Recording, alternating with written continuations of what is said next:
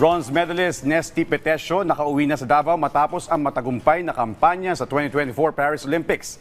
Dito'y masaya at mainit siyang sinalubong ng kanyang pamilya. Si Janessa Felix sa detalye. Rise and shine, Janessa. Mainit na sinalubong ng mga Davaoenyo ang pagdating ni Paris Olympics 2024 bronze medalist Nesty Petesio. Umaga pa lang, dumating na ang kanyang pamilya sa Davao International Airport kasama ang mga opisyalis ng Sangguniang Kabataan ng lungsod. Ang motorcade inorganisa mismo ng lokal na pamahalaan ng Davao.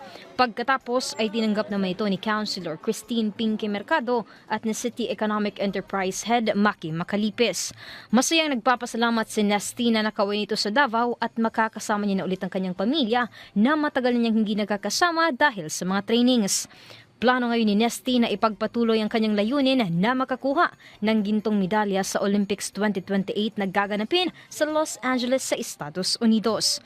Hindi anya hadlang sa kanya ang kanyang edad na 36 years old sa susunod na Olympics. Pasok pa naman po tayo doon. So may dalawang Olympics pa ako kung gustuin ko maglaro. And for sure, gusto ko pang maglaro sa LA. So andun pa yung fire. Hindi pa namamatay. So. Sa kabilang banda, masaya ang nanay ni Nesty na si Priscilla Petesio sa pagkapanalo sa Paris Olympics. Patuloy pa rin daw ang kanilang suporta sa mga plano ni Nesty lalo na sa kanyang karera sa boxing. Sobra po among kalipay kay ang suporta sa natong Davaoenyo labi na po dinhi sa Davao City bisan taga Santa Cruz Minapuyo, at least padayon ang suporta sa among anak o nagpasalamat po mi sa Ginoo nga safety si Nesty sa iyang dula og safety siyang nakauli dinhi sa amo karon.